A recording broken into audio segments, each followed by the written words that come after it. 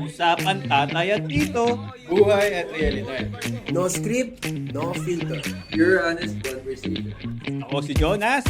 I'm RJ. I'm Thor. And I'm Darren. And we're Youth Podcast!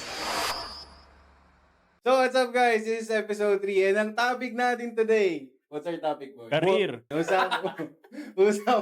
Usapang career. So isa na namang episode ng kulitan, narutan at onting aral. Aha. 100%. So umpisaan na natin. Ano ang inyong pinagkakakitaan? I think ako na pwedeng magsimula dito, guys. Siguro later on, or makikita nyo na lang siguro sa mga pop-up sa mga videos namin kung ano yung mga entity or business na meron din kami. Meron na kaming commercial plaza sa National Highway. Mixed development property siya. It composes of a car wash, events place, #club, gym, barbershop, Mark Salon, coffee shop, and private resort. Dami. So yan Darren, gusto kunyari, ganyan karaming business. Paano na ma-manage yung mga challenges ba? Marami. Actually, mahirap i-explain in detail, pero once na nagnegosyo ka, dapat may mga foundation at mga requirements kang kailangan to start with. Di rin kasi madali eh. Number one, una sa lahat, i-take in consideration mo is yung overhead mo, number one. Kami, very lucky lang yung family namin dahil property owned kami. Kaya masasabi namin na nasusurvive namin yung every business namin dahil wala kaming rent. Free of rent kami. So, yun yung isang malaking luwag para sa amin talaga sa family na wala kaming rent. Kasi for operating ng 8 years already, I think nakasabay ko na, nakita ko na dito sa area namin yung mga business na kasabay namin nag-open na hindi nagiging successful. Isang reason, alam naman natin lahat yan guys, yung nangyari. Like 4 years, 6 years ago. Pandemic. Sa pandemic pa lang, nako, sobrang daming naapektuhan yan guys. Kayo ba, nung pandemic, for sure lahat tayo may mga kanya-kanyang diskarte tayo that time, di ba? Paano tayo kakayod? Kasi walang pumapasok talaga that time, may sarado lahat. Walang pwede magtrabaho. Lahat work from home. So, very challenging yung mga time na yun. Pero, unfortunately, sa amin, nagkaroon kami ng challenges dyan. Number one, sa tao. Owning different entity ng business, marami kaming overhead dyan. So, nahirapan kaming i-maintain, una sa lahat, dahil walang pumapasok na revenue, paano naman namin papasahurin? Ano pare, pagdating sa business, ang daming pros and cons. Kasi di ba nagnegosyo din kami ni Sean? Parang yung Rebel Wings, sobrang nahirapan kami sa food business. May spoilage, mahirap mag-handle ng food, mahirap mag-handle ng tao, di mo alam, nakukupitan ka na. Correct. Then another thing is yung motorcycle helmet and gears ko. Partnership ka ba dun, bud? Or para kang... Consignment. Consignment. So, binibigyan ka ng gamit, papatungan mo ng price, tama ba? Parang ganun. Okay. So, Kala ko kasi parang industrial partner ka din ng brand. ambassador ako. Okay. So, parang cross-deal, consignment. Yun. So, ang naging issue kasi sa akin pag negosyo, parang ang dami mong, dapat all around ka eh. Parang pag nagsisimula ka, dapat ikaw yung runner, ikaw yung marketing. Dapat malaman mo talaga ins and out. Oo, ikaw Lalo yung pag ikaw tindero. mag-start ng business, yan yung pinaka-importante sa lahat. Bilang business owner kasi nung time na yun, doon ko nasabi na hindi pa siya para sa akin. Kasi doon pumapasok yung as a business owner, hindi ka dapat may pera lang na sapat. Dapat at least meron kang backup mo pa. Pondo. May pondo ka. Oo. So yun, kaya para sa akin, nung time na yun, business is not yet for me. Totoo din naman yun, guys. Actually, dito sa podcast na to, guys, may mga isi-share din kami sa inyo para magkaroon kayo ng knowledge on how to start a business. Kasi I think lahat naman ng tao gusto magkaroon ng, alam mo yun, ginhawa sa buhay na magtayo ng negosyo. Pero ako na magsasabi sa inyo, guys, hindi basta-basta madali magtayo ng negosyo. Yun nga yung maraming tanong eh. Ano bang gagawin natin source of income? Magiging empleyado ba ako? Mag-start ako ng business? Sige. Jonas, bilang empleyado, Pero ako, di ba, Jonas, correct me if I'm wrong. Siyempre, lahat ng mga nagiging empleyado, gusto rin nila magkaroon ng negosyo, di ba? Like small business. Ako napakarami ko nang na-advise na natutuwa ako sa ibang mga na-advise ko, may sumunod, may gumawa. Ngayon, doing good din naman sila kasi dapat very smart ka sa decision mo when it comes to opening up a business eh. Kasi pagkakaiba ng business tsaka sa pagiging empleyado is stability. Correct. Oo. 'Pag empleyado ka, stable ka, monthly may darating na, income sa'yo. Unlike 'pag business, kung anong revenue mo, yun lang magiging income mo. Hindi siya stable na ganitong month, ganito ulit yung kikitain Correct, ko. correct. Totoo Iba-iba yan, yan, 'di ba? iba-iba. So, dapat yun yung mga factors na dapat Consider. i-consider nila. Parang ano ba, are you willing to gamble? Or you Oo, want sugal to talaga yan, eh. Oo. or you Tsaka want to risk. play safe na lang na, ay, empleyado. Hindi ko inaano Kasi, parang totoo mag-empleyado yan. na lang ako para monthly, every 15, Alam mo 30th yan, of the Ang month, correct. downside meron. naman nun, parang yun na yun, magiging sa sobrang stable mo, na nandun ka lang sa comfort zone mo, hindi ka na lumalabas sa comfort zone mo. Pero meron kasing Pero mga iba-iba tao yan, na ano eh, Nagiging na, successful din, eh, oh, pagiging empleyado. parang sa kaya meron tinatawag na corporate ladder. Oo. 'Di ba? Hindi ka pwedeng mag-jump kaagad sa corporate ladder na yan. Kailangan step by step din kasi Yeah. yan eh. Alam mo yan, nagsistart ka. For example, sabihin natin, Jay, sales ka, di ba? Kunyari, area manager ka. Pero sa sobrang hinug mo na dyan sa industry na yan, na-elevate ka, napopromote ka as manager naman. After ng manager mo, director ka. Pero grabeng time yung kailangan mong i-invest dyan para mapunta ka sa position na yun. Experience. Hindi to yung tipong overnight lang. Like for example, area manager ka.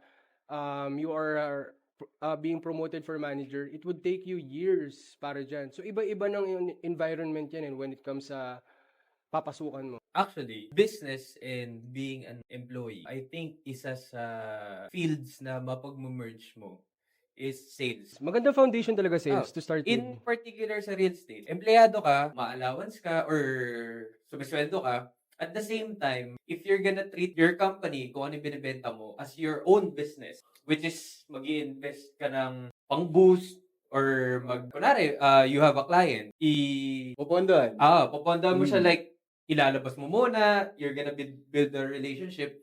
Tapos, ang endgame, you're gonna try to sell yung product mo sa client na yun. So, basically, may business ka nang wala kang, minimal yung pinondo mo kasi the product is there for you to sell eh.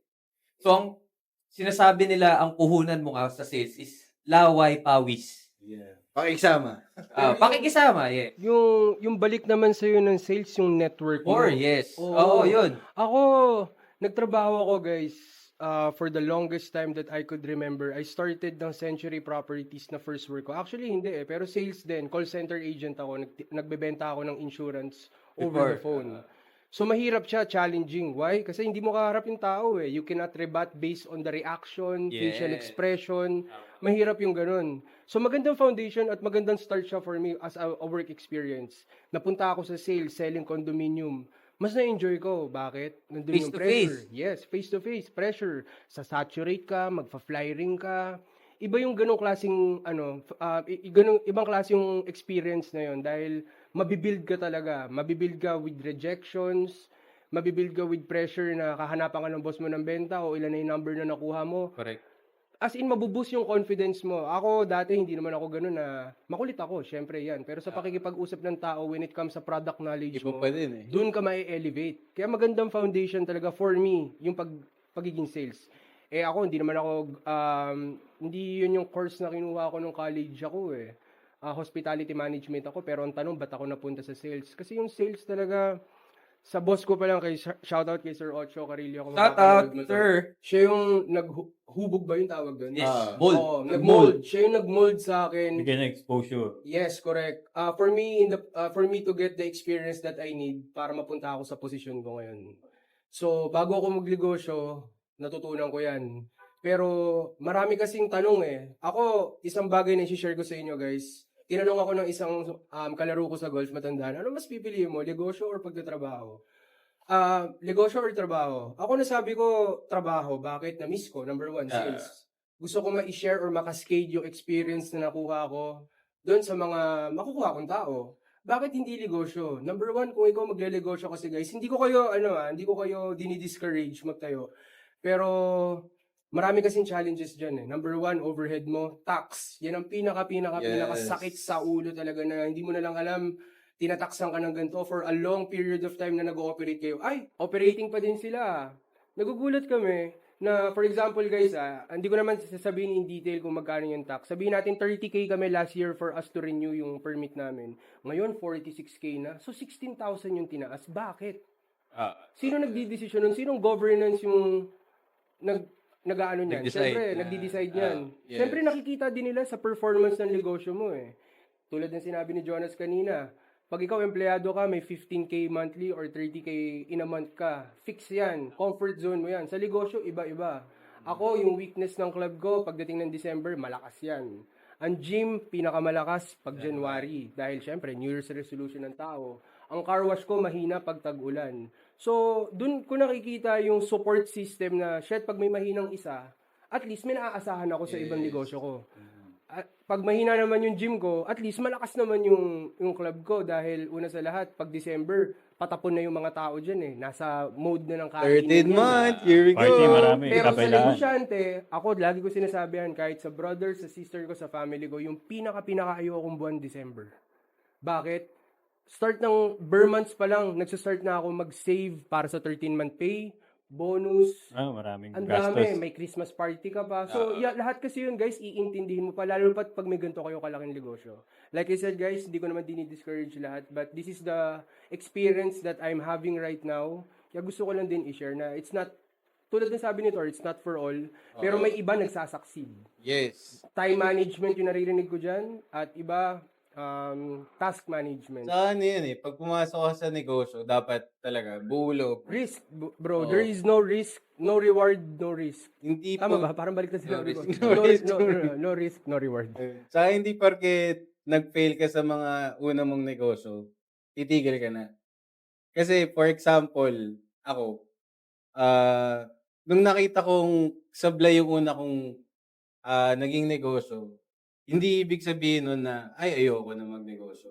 Parang ngayon, naghahanap ako ng negosyo na fit sa akin, yung Correct. tipong at the same time, na-enjoy ko siya. Hindi yung, kasi dumating sa point na parang nasa stress level ako ng negosyo na yun na ayoko na talaga. Lahat palabas, no? Oo, lahat palabas. Which is, yun yung sinasabi ng tao, uy, kunyari, si Thor, may negosyo na yan, gano'n.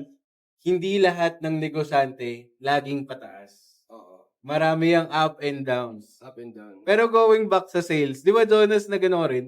Insurance. Nag-insurance ka Naging rin. sales agent din ako. Manulife? Tama ba? Manulife. Oo, Shout out tama. Manulife. Pero yun yung napagsabay mo yung pagiging... Oo, nag-part-time ako sa pagiging empleyado tapos nag-Manulife ako. Which is maganda kasi doon nga, nagkaroon rin ako experience sa sales and na natutunan ko kung paano makisama sa mga tao, kung paano basahin yung mga Street smart nga. mga ganun, kung paano mo sila papakasama, tsaka paano mo titimplahin yung mga attitude nila. Tsaka yung mga ano yun, mga kataga or mga rebat na pwede mong sabihin sa sales. Oo. Kung paano mamanipulahin yung mga salita mo. Correct. Kasi words are the strongest weapon when you're selling. Oh shit, Oo. correct. Gusto ko yun. Totoo. Hindi mo- Galing. Galing. Wala Gusto yun ko sa yun. ano. Minsan Wala lang yun sa magsalita product, yan, pero malalim. Wala. Tsaka ano Hindi sa binibenta product yan. Oo. Kung paano mo ibibenta yung personality or yung... sarili mo Sorry. muna. Ano yan eh, ako addition to that I do believe yung sales kasi it will always start with you tsaka relationship mo with the client. Kasi kami, share ko lang isang mabilisan lang guys. Nung nasa Century Carmen, shout out to Sir Pod, kung mapapanood mo to, para kaming dineploy na soldier dun bro eh. As in talagang presentation, closing ka agad. You need to build trust first sa kinakausap mo eh. Siyempre tulad nga ng sinabi ni Jonas, yung rebat-rebat na ganyan, you could never feel that kung hindi mo madadaanan or may experience yung product knowledge muna. Kasi hindi mo naman, hindi ka makakaribat kung hindi mo alam yung product knowledge. Yes. Di ba? Yun yung una sa lahat. Kaya, shout out, Sir Pod. Isa pa pala, sorry, addition ko lang din pala. Sa business naman to guys a successful business comes with a supporting partner. Nagsusupport na partner nyo. Yes. Kaya ako, laking papasalamat ko. I know, baby, naman papanood mo din to. Shout out to you sa all ng sacrifice na naitulong at nailagay mo at na-share mo din sa amin. Napakalaking bagay niyan. Tandaan nyo yung success ng isang lalaki, sabihin na natin, suporta din ng asawa yan. So true. Tsaka parang napansin ko, parang sa akin din, kami ni Sean, nagsimula ako KFC, nag-waiter ako doon, Tapos nagtrabaho ako kay tatay. Nag-sales din ako. Nagbenta ako ng school supplies. Na-close ko Rockwell, FPU. Ganito lang kami magsalita pero medyo malalaking kumpanya rin yung naniniwala sa amin. Then, prinactice ko yung pagiging IE ko. Nagtrabaho ako sa past, industrial engineer. Tapos, trinay ko mag-YouTube. For fun. Alam mo yung nanonood ka lang, tapos bigla mo sinabi sa sarili mo, Kaya ko gawin to. kaya ko rin ito eh. Eureka. Ay, Oo. hindi ba? Iba yun. May Ayun. So, parang naging pundasyon ko kasi, sinabi ko sa asawa ko na, parang kaya ko gawin to. Sabi niya lang, sige. Tapos binila niya akong GoPro, doon nagsimula lahat. Hanggang sa lumaki na-picture na ako sa TV, na di ko alam kung bakit. Siguro, J. Cole tayo. Kala ko. Kala ko, pogi ka lang. Ganun, that's, I think, syempre, for you to gain that publicity, sabihin natin yung ganun. Syempre, it comes with a work ethic and consistency. Sa lahat ng bagay yan, guys. Sa lahat. I think, isa sa mga matututunan natin dito is, para ito, isang example. Ikaw, nag-gym ka. You're nag-workout ka for your health. So, ikaw consistent ka, saan pupunta yan? Nang may discipline ka, lahat yan, gaganda katawan mo. Yeah. Kung ilalagay mo yung attitude at mentality mo na ganyan towards work or towards your business na consistent ka, may mapupuntahan, magiging successful yung negosyo mo. So, anything, basta consistent ka sa ginagawa mong isang bagay, nothing can go wrong. Sky's the limit yung pwede mong puntahan dyan. Also, if you believe. Believe ka sa ano mo. Ako, nagulat ako doon. Di man actually nagulat, pero natuwa ako kasi yung motorista kasi yan, bro, pasok na pasok eh. Oh. Tor, ang palayaw, motorista. Nakita ko kung paano siya nag-strive, paano niya diniskarte, natulungan niya yung mga ibang negosyo, paano papunta dito, ano mga stopovers, like very informative yung yung content niya. Hanggang sa napunta na siya na may industrial partnership or ambassador na siya ng helmet ng ganito. Kasi guys, Yeah. para mapunta ka sa isang ganun, marami ka ng engagement sa tao.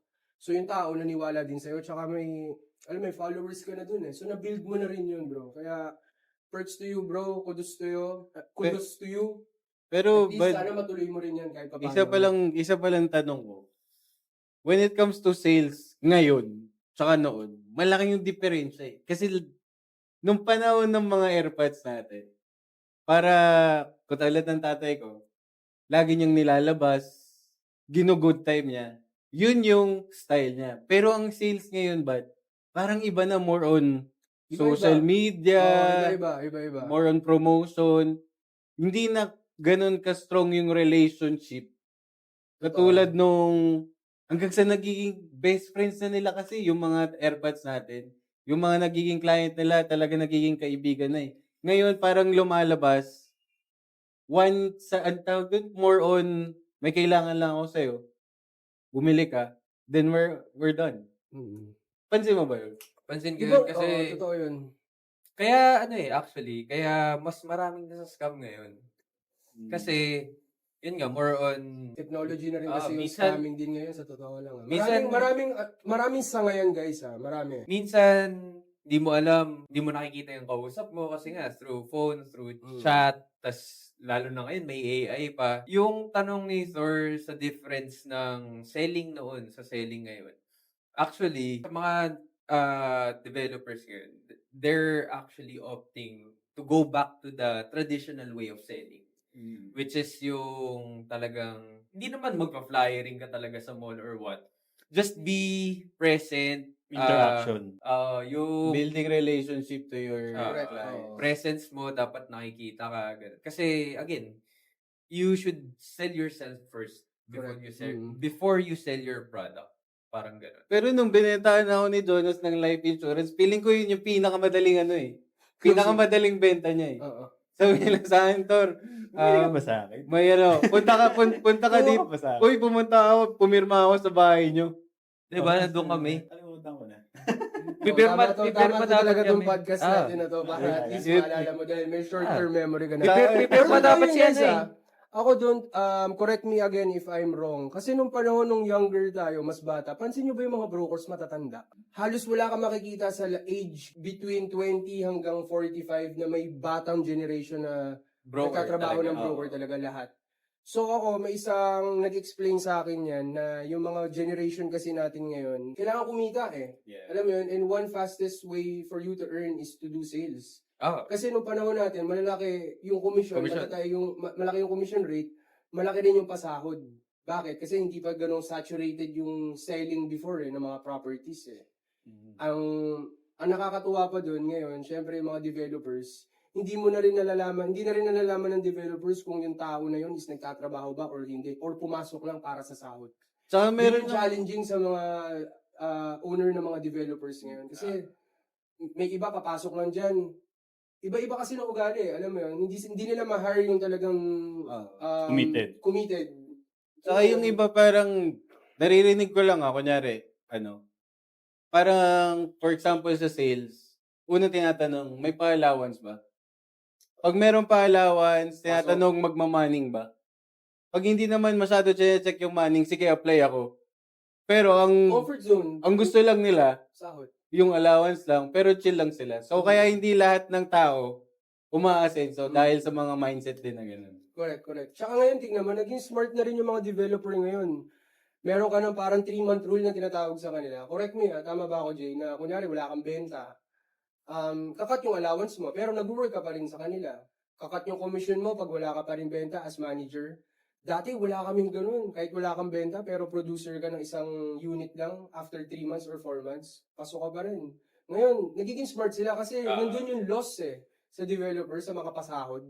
Sabihin nyo guys, ang allowance mo 20K. 8 kayong hindi bumibenta. Parang 160 na rin yun. So, ang hirap i-account yan as a developer na nagpapatakbo ng ganyan. Ang inaasahan lang ng developer is yung property appraisal ng lupa. Every year kasi, di ba, tumataas. Alam mo yan, pagka yan, nag-appreciate yan.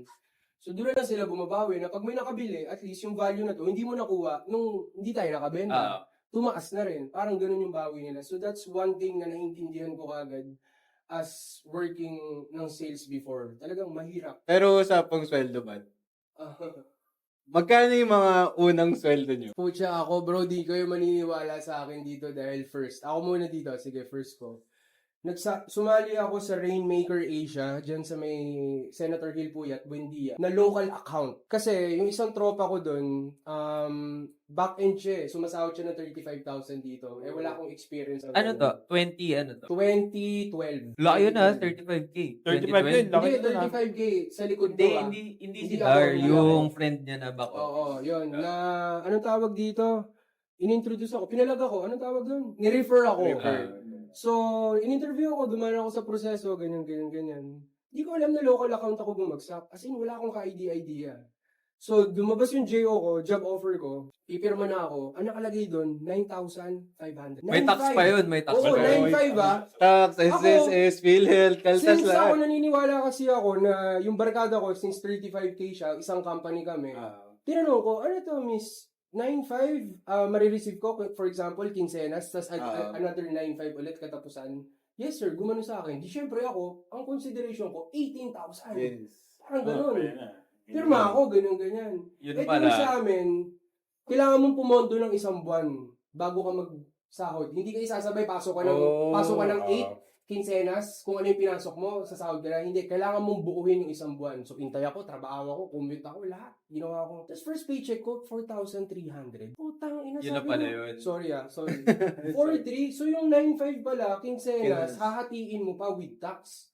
Bro, after a week, resign ako. Sabi ko, nagulat ako. My mistake, syempre, as first work experience, hindi ko masyadong kinonsider dahil alam ko talaga, na-plug ako ng barkada ko. JR Kui, bro. Shout out sa'yo. Siya yung tumulong sa akin. Akala ko, under lang niya. Kasi matagal naman na siya eh. Alam mo yun, kuya-kuyahan ko yun eh. Yung 35 niya, parang 4 years, 5 years na siya nagtatrabaho. So, Tagal na din. akala ko talaga, nasa level din ako na sahod ko, ganun din makukuha. So, yun yung first experience ko ng unang-unang paycheck ko, 4,300. Abunado ka pa. Oo, kain mo, commute mo. Oo, nagko-commute, nagko-kotse pa ako minsan, Gas may mo. gasolina ako, may... Tollgate pa. Ang pinakamasakit para sa akin that time, parking ng Parking Makati. pa. First job yun, First job ko. Ikaw, Jonas, Rainmaker. first job. First job ko noon, 2012 din. So, apply. Para rin na kasi yung college yun eh. Parang pagka-graduate ko, parang pumetics muna ako. Tapos nung talagang naisip ko na maghanap ng trabaho kasi nakikita ko na lahat ng kabatch ko May may trabaho trabaho na. na. Ako, baka kuya-kuya-kuy lang ako sa bahay. Wala na yata patutunguhan yung wala na patutunguhan yung buhay ko. Kaya apply ako. So, may tumanggap naman sa akin. Marami yung old school na applyan pa yun eh. Sa Makati, maglalakad ka, walk-in. Oo, Mga ganun. traditional Bro, na isa life. pa. Ganda yun. Ano lang, isang memory ko sa Jolly Jeep, bro. Oo, sa Makati. Makati. Sa Makati, Jolly Jeep. Pwede na ako. Takbuhan ko yan. So, mga walk-in, Bonnie, sa may QC. Oo. Nalibot ko yan, nakabisado ko na yung Makati, sa Bonnie, tsaka sa may, saan yun? Sa may Mega Mall, likod ng Mega Mall. Ortigas, Ortigas, banda. yan. Oo. Kabisado ko na lahat. Crossing. Crossing. Walk-in. Unang tumanggap sa akin is, Accenture, kaso contractual. Hindi siya direct hiring sa Accenture. Para may contractual, may ibang entity na Subcon ba? Oo, Mas ganun. mababa. Mas baba yun. Oo. Ang bigayan nun is nasa 12,000 lang. 2012 to. Oo, 2012. Nakagano pa ako nun. Naka-dorm pa kami ng mga ka-college batchmate ko nun sa may Bonnie. So, hati-hati kami. Ang kwento nun, yung experience namin nun, parang studio type lang kami. Tapos, 5 ata kami. Para kami mga sardinas. Tapos nabubuhay na kami sa 20 silog. Meron pang dating ganun. Oo, meron, 20 silog. Tapos ang nakapagtataka, paano ko napagkakasya? Kasi nakikipag-date pa ako nun kay Tin eh. Burawat ka eh. Oo, si Tino ba nun? Oo, si Tin. Weh, si Tin pa yun. Wala nung 2012? Oo. Hindi. Basta yun, mga ganun. Meron, So, 12,000. Meron ba kay King? Madami. Madami. So, 12K. Oo, 12K. Tapos napagkakasya ko pa yun, pang-date pa ako sa Makati, sa SM, Pero yun yung okay naman, for XP lang din. Siguro Yeah. tumagal ako ng mga 1 year lang doon. Oh, experience. Kasi yun din naman sabi ng nanay ko, sige, magtrabaho ka, para hindi ka lang naman nakatambay dito sa bahay. May pabigat ka sa ilipunan eh. So, yun yung pinaka. Ako 2014 kasi ang kwento nun, dapat gagraduate na ako noong 2013 eh. Engineering, so 5 years. Perps, no? Tama. Perps, Tama. Ngayon, so pinaprocess na yung graduation, ganyan. Na-overlook nung nag-a-assess, naiwan akong 3 units. So ang ending, hindi ako naka-March ng 2013. Hindi ko nasabayan yung batch ko. Ganun. So, in-enroll ko siya ng first sem ng 2014. So, since 3 units na nga lang yun, kinausap ko yung prof ko, special project, ganyan. So, habang naghihintay na matapos yung sem na yun para makagraduate na, nag-apply ako sa Convergys sa Northgate. Basta isa sa established that time. That was 2014. Oh, booming ng Oo, call Convergys. center. BPO. Oo, Big BPO. player siya ng Pinas. Actually, makapasok ka ng Outsourcing. Convergys nun. Pucha, bro. Parang ibang level yun. Anong panahon na yun? I remember. Kasi nag-apply ako din. Hindi ako natanggap. Yung sweldo ko yata nun medyo malaki na eh. I mean, kasi nga, ikaw 9.5, 2012. Local to, local. Oo, ikaw 2012 din, 12 din. 2014, feeling ko kada taon eh. Kasi 2012, 12. 2014, 14. 14. Makes sense. Makes sense. Pero yun, Convergys 2014, 14,000 na. Tapos yun, nung natapos na yung SEM, nag-quit na rin ako kasi graduate na ako eh. Kasi that time, parang, syempre engineering eh. Pa-practicing ko, sayang yung sayang yung pinag-aralan ko eh. Ang ending, hindi ko rin wala rin ako napag-applyan for Engineering. ano na ba ako? Sales na yata agad. Sales na. agad. Ako, Ikaw, Tor. 2012 KFC. Oo, nga pala. 9K. Parehas, 9K. Isang Saan buwan. KFC to? Sa tapat Perps. ng Perps. Yung Sa kanto. tapat ng Perps. Tapos, Kanto fried chicken. share ko lang yung nangyari sa akin sa Google ko yun. Share ko lang yung nangyari sa akin nung pinactice ko yung industrial engineering ko. Pumasok ako 18K. Sa fast. Sa fast, 18K. Tapos, yun nga, sinubukan ko yung YouTube. Pero bago ko sinubukan yung YouTube, nilipat-lipat na ako ng site kasi ang tawag sa akin, site mentor. Kung ano yung problema ng isang warehouse, inaayos ko. So, nasusolusyonan ko, ganun. So, for promotion na ako. Tapos, may town hall, ganun. Sabi ko sa isang manager ko, "Sir, gusto ko ma-inspire. Gaano ka nakatagal?" Matagal na ako dito, almost 20 years na, ganun. Tagal na. So, sige, bigyan mo naman ako ng Babae. ng para ballpark. ma-inspire. Kung nasa magkano yung sweldo. Okay. Para alam ko na yung tinatarget Nilook ko. forward Oo, mo. alam ko na yung 20 tinatarget. years, 20 bro. Kung years, ganun, bro. dapat Oo. 6 digits na yun. Di ba? To be exact. Nung sinabi niya kasi IE din siya eh. Kung ano ako Yung ngayon. path niya, Oo, yun yung susundan mo. yun yung susundan Oo. ko. So, nagbigay siya sa akin less than 60K. Plus, meron daw car Perks na, allowance, perks gas na. allowance, Ah, gano'n. benefits. Parang ang akin lang, if I will spend 20 years para Just to earn. Oh, just to earn. All, hindi Not ko naman worth it. kailangan ng kotse. Parang yun yung Ayun. eye-opener mo. Ayun yung naging eye-opener ko. Tapos at the same time, nag-generate na ng paunti-unti income yung YouTube ko. Mm. Tapos, may isang buwan sa YouTube na kumita ako ng 30K. Ooh, nice. Na ang kinikita ko lang sa pag-IE, 18. Mm.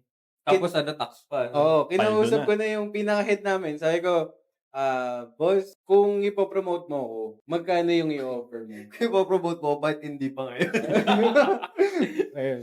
Kung ipopromote mo ako, nasa magkano? So, sabi, from 18, magiging 21.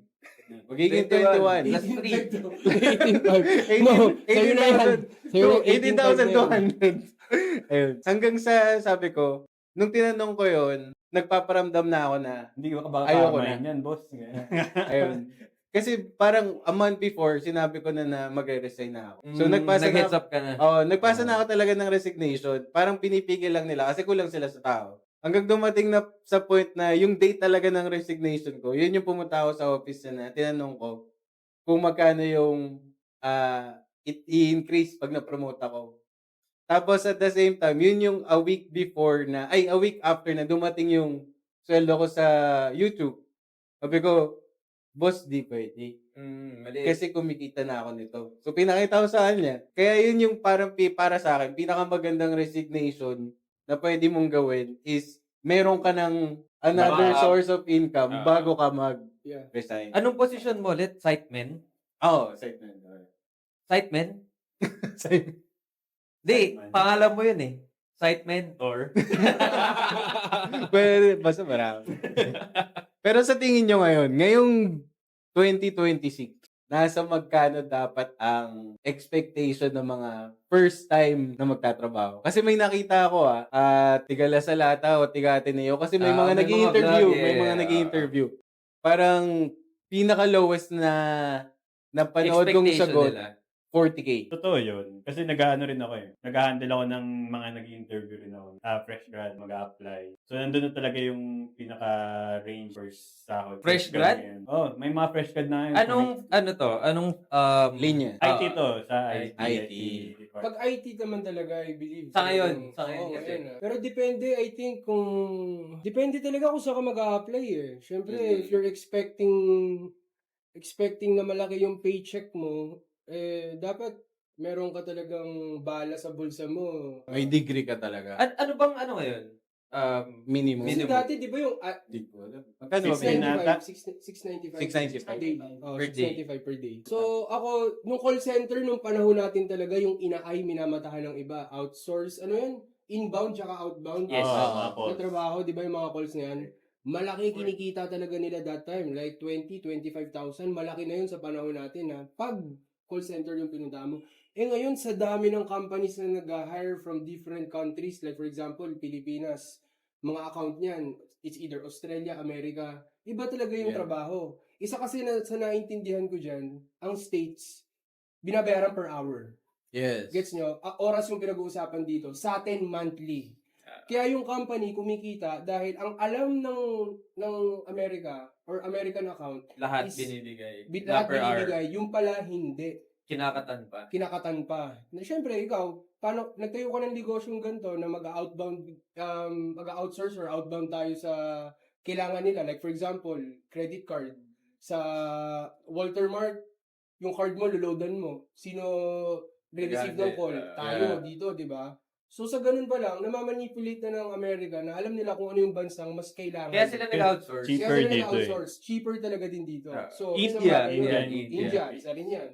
Kaya depende eh. Depende kung ikaw, potato corner pagtatrabahuan mo, bibigyan ka ba ng 695? I believe depende yan talaga sa depende yan kung ano yung kinikita rin ng negosyo, ng company mo. Yes. Kasi kami, isang bagay na natutunan ko yan, especially with tax, yung overhead tulad na sinishare ko sa inyo kanina. Hindi ka pwede magpasahod ng sobra kung hindi naman kumikita ng ganyan yung negosyo Yeah. mo. Nasa low yan. Isipin nyo na lang guys, na experience ng family ko dito. CR attendee ka. CR attendee. Nag-iintay ka lang na maghuhulog ng 5 piso sa ano mo. Ang purpose ng pisong hinuhulog dyan to maintain Maintenance. maintenance ng toilet.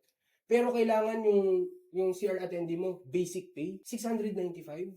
May benefits ka pa. May SSS pag-ibig ka ba na sagot ng company mo? May HMO ka pa? month pa. Oo, kasi ito pa yung matindi. Yung tinanggal namin na tao na yun, papadole pa kami. Eh, alam niyo naman ang dole. Nothing against sa dole, pero trabaho naman talaga nila yan. Para sa akin anti-business yan eh. Dapat, Pro-employee. Employee. Yeah, Oo, dapat compensated mo yung mga tao mong ganyan. Sabi ko, upon talking to my legal team, hindi dapat sinasahuran ng ganyan. It comes with an agreement na dapat na ito yung sahod mo, ito lang yung ganito, ito lang yung ganyan. Hindi ka dapat i-compensate na dati 500 plus yun eh. Dito pa sa plaza. Yung sahod nun, na-compensated sila 500, nakatayo lang sila dyan, mag-iintay. Parang sa akin, hindi worth it yung binabayad namin kung yung trabaho mo ganun. Minsan Iba-iba. kasi yun din yung pumapatay din sa negosyo. Yun talaga bro. Alam niyo ba ang negosyo sa tingin niyo, pag ikaw may negosyo ka, sasabihin ng iba, mayaman ka na, or uy, ano ka na. Asensado ka na, Sabi gano'n. ka na, mataba na wallet mo, ganyan-ganyan. Guys, ako na nagsasabi sa inyo, sa taxation ng Pilipinas, yung pinaka-worst dito na na-experience sa mga negosyante. Kaya ako, pabor ako nung panahon ni Pinoy. Pinoy, Rest in mababa peace. tax. Rest in peace sa'yo, boss. Pero iba magpatakbo. Yung negosyante, kumikita, walang tax, hindi overkill, in short. Ngayon, sa nakaupo, congratulations sa... Speaking of tax, may pinasa yata. Hindi ko alam kung ano, pero tatanggalin daw yung travel tax. Kasi parang sa Asia, tayo lang daw yung travel tax. Pero yun nga yung Not dito tanong sa eh. Parang Pilipinas, nakita may ko nga sa Inquirer yun na tatanggalin daw. Daw, Oo, daw. Pero yung tanong, majority ba ng Pilipino nagtatravel? Yun yung tanong ng iba sa comment Alam mo yun? Pero kung Iba. tutusin, okay lang naman na may tax. Basta nakikita natin kung saan napupunta. Ay, wag na bro. Yung tax natin napupunta sa flood control, bro. Isa kasi sinabi ko yan sa attorney ko. Nagmi-meeting kami dito. Attorney, ayoko na magbayad ng tax dahil hindi worth it. Alam mo ibig kong sabihin? Na nagbabayad kami ng tax dito, nagpapakapagod kami, dugot pawis para lang maitaguyod yung negosyo namin. Tapos malalaman ng taong bayan saan lang napunta. So I believe na hindi lang ako yung nakaka-feel ng ganito as business owner dahil iba talaga eh. Iba na lang yung mga sumusulpot-sulpot na tax dyan. May sanitary tax pa na, para sa yung sanitary tax? Bawat galaw nga may Lahat. Yeah. Parang, okay, paano pa kikita yung negosyo na tinabi mo yung pera mo dyan para masustain yung monthly bills mo, alam mo ibig sabihin? Expenses mo, ganyan mo. Tapos mapupunta lang sa taxation, mapupunta lang sa tao. Kaya sabi ko nga guys, mas maganda, isa sa mga advice na sasabihin ko later on, kung magbi-business kayo, dapat mas piliin nyo, rent na lang. Walang sakit ng ulo, maghihintay ka na lang monthly. Pick the proper location, pinaka-busiest para magtayo ka ng ganyan. Then, tax na lang iisipin mo dun. Wala ka na isiping overhead, kuryente, wala. Real estate ulit yun. Real estate. Going back. Oo, yun Diba? talaga ang ina-advise sa akin. Kaya yun lang yung masasabi ko sa mga magsistart ng negosyo kung may pondo kayo dyan. Start simple, pero yung walang sakit ng ulo, rental. Kung may lupa ka tas good location, alam mo, Oo. isa pa sa maganda ngayon, parking. Totoo. Magkano na parking sa Molito Multi-level, ngayon? no? Magkano parking sa Molito Hindi ngayon? sure, sure pasok ng pera talaga yan. Needs ng tao yan. Kaya talagang mag-flourish talaga, kikita talaga yan. Unlike, magtayo ka ng isang negosyo, dami mong overhead. Iba sakit sa ulo. Correct. Pakikisama, makikipagplastikan ka pa.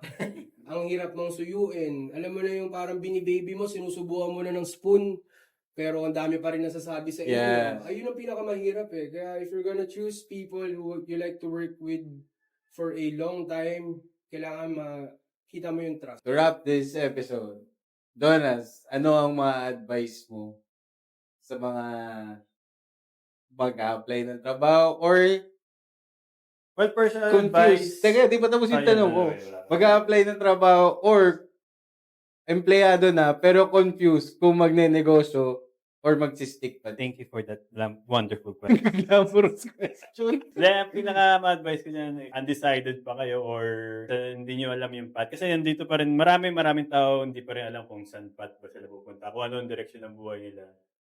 Ang pinakamaganda advice is yung invest in yourself first.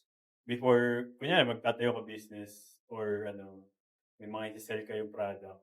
Kasi karamihan or usually na pagkakamali, yung nagpo-focus sila sa product nila, dinedevelop nila yung product nila, which is, yun yung binibenta nila, which is, may part naman doon, pero pag nagkaroon ka ng investment sa sarili mo, hindi mas magiging, mas mabebenta mo yung product mo eh. Kasi, nagkaroon ka na ng experience sa sarili mo kung paano mo ibenta. Kasi, once na natuto ka ng magbenta, kunyari, sabihin natin sa sales lang, sa sales naman, sabihin natin sa negosyo pala. Once na natuto ka magbenta or paano mo i-front yung mga product na or services na sa tao, mas mapapabili kahit ano pang service or product yan, maibenta mo yan. Yun yung Once kahit na ano, kaya experience, ko ibenta. oo. Pero doon naman sa employment or yung career path mo, sa employment pala, once na you obtain those kind of skills na magkakaroon ka ng better income, higher income, edi hindi ka na mahihirapan to elevate your status sa career level ba yun? Yung ang tawag dito? Corporate Ladder yun. So, yun yung pinaka-advice doon. Invest on yourself. Nice. Ikaw da? Ako, ang ma-advise ko lang is...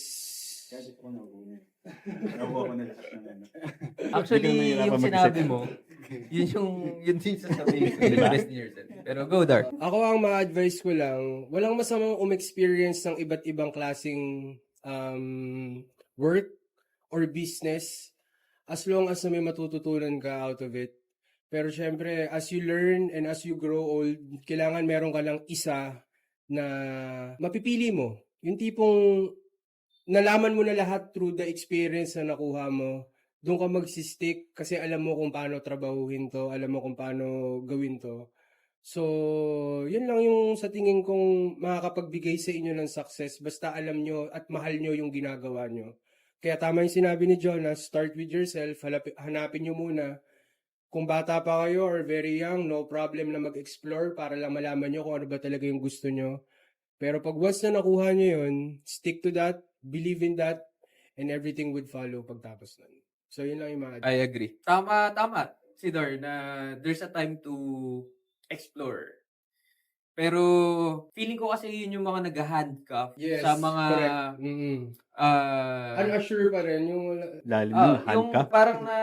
Nalalak na sila. Oo, sila. kasi kunwari, Ibang kunwari lang. handcuff ng mga sinasa. Ibang handcuff yung nasa isip ko eh. Hindi, kunwari, ang laki ng potential ng tao na to. Biglang nakabuntis. Kunwari, the guy is nasa 20s. Ang laki nung may Potential. kunwari, may talent siya. Kunwari lang, let's say, tattoo artist siya na may potential maging International. global, yes. Tapos nakabuntis siya ng Handcuff na 20s. siya. Medyo handcuff na siya kasi Kaya ano ba yun? hindi na lang yung sarili niya eh. Kumbaga, pag nag-fail siya, single siya, siya lang, okay lang. Oo, okay lang. Pwede siyang bumangon ulit. Correct. Unlike na expecting to build a family na siya, may binubuhay na siya. Iba na yun. So, mostly, ang pinipili talaga or the logical choice is to have a stable job. Safe zone. Kasi hindi na lang sarili mo yung iniisip mo, may bubuhayin ka na, Mhm. may aasa na sa'yo. So, hindi ko naman sinasabing, hindi ko naman sinasabing burden yung magkaanak in the early, yung mga early times. Kasi may mga tao din na, na nag-succeed ba din kahit Yun yung ganun naging motivation. Oo. So, ayan, case-to-case basis, pero go with the flow, yung buhay, hindi siya race, marathon. Yes. So, at your own pace. Yun lang Correct. siguro. Sa akin naman siguro sa mga nag-a-apply ngayon or nasa corporate na ngayon, na confused merong iba't ibang way para kumita ngayon, lalo na sa technology natin. Pwede, yung parang isa sa mga pinakasikat ngayon, yung mga pagiging Bonsai. influencer. Oo, Yung mga maximize your resource, yung pagiging eh, 'no? influencer. Kasi parang napansin ko sa Pilipinas, may camera ka lang, influencer ka na, magpatawa ka. Lalo na dito sa Pilipinas, the more na mas nakakatawa ka, mas pinapanood ka Papatawa. na tao. Pangalawa, the more na mas nakakaawa yung buhay mo, the more na mas sinusuportahan ka. So yun, isa yun. Pangalawa, meron tinatawag na freelancing virtual assistants. Yes. Ayun. Which is, kung i-compare Sobrang natin uso sa mga normal na corporate dito sa Pilipinas, malaki yung diferensya nila. Katulad ng sinabi ni Darren kanina, ang swelduhan doon is hourly. Correct. So, for example, ang alam ko minimum ngayon is nasa mababa na ang 4. Kung wala kang experience, $4 per hour, kung ikukumpara mo yun sa magsa-start ka pa lang sa corporate ngayon na normal, medyo Grabe. mataas na rin siya. Yun. Tsaka, if hindi nyo pa alam kung anong gusto nyong gawing sa buhay nyo, kung anong gusto nyong trabaho, magbi-business kayo, tama rin yung sinabi ni Jonas, invest with yourself, try and try. Pwede kayong ano yun, parang company hopping.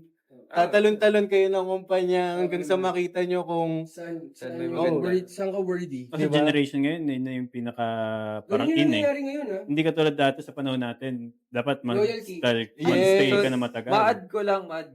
Parang nagkaroon ng debate kung yun nga, kung magsistay ka ba, magiging loyal ka, or magja-jump ka ng company. Majority sa mga nagbigay ng opinion is kung gusto mo na mas mabilis tumaas yung sweldo mo daw. Oo. is, Talon-talon. Oo. Totoo yun. Kasi, sabi, parang, kung hintay mo ma-promote ka, like yung sinabi nga ni Thor, 18,000 tapos mapopromote siya ng 21,000. Unlike pag lumipat. trinay niyang lumipat, kunwari, maganda talaga yung portfolio niya. Pag lumipat siya sa company B, yung experience niya doon. hindi lang yun, yung jump ng, yung Offer. kahit hindi ka pa na-promote, kahit na, site men. Kunwari, sa company A, site mentor siya. Tapos nag-transfer siya sa company B, site mentor pa rin siya, pero dahil maganda yung portfolio niya, kahit hindi siya na-promote, mas Sayang malaki na yung ikaw. offer. Yes. Pero, hindi ko naman sinasabi sa lahat. Pero mostly nang advice with regards to that thing is, yun nga, sabi nila, kung gusto mo mas bumilis yung increase ng income mo, hindi ko naman sinasabing loyalty, mawala na yung loyalty. Pero depende pa rin sa inyo. Kasi yung iba, Discard yun. mas gusto, kunwari, hindi ganun kataas yung sweldo mo. Let's say, enough na yung sweldo mo. Pero yung work environment mo naman is hindi ka stress, ang saya, ang saya kasama ng mga katrabaho mo. Then, 'di ba? Ba't ka patatalon kung yung lilipatan mo? Bibigyan ka naman, magiging toxic pala yung environment. So, ayun, it really depends. Nasa sa'yo na yun. Na-add ko lang naman. So yun lang guys, this is episode 3, Usapang Career. Thank you for tuning in to Youth's Podcast. Kung gusto nyo pa ng usapang everything under the sun, Don't forget to subscribe and follow. Spread the good vibes. See you in the next episode.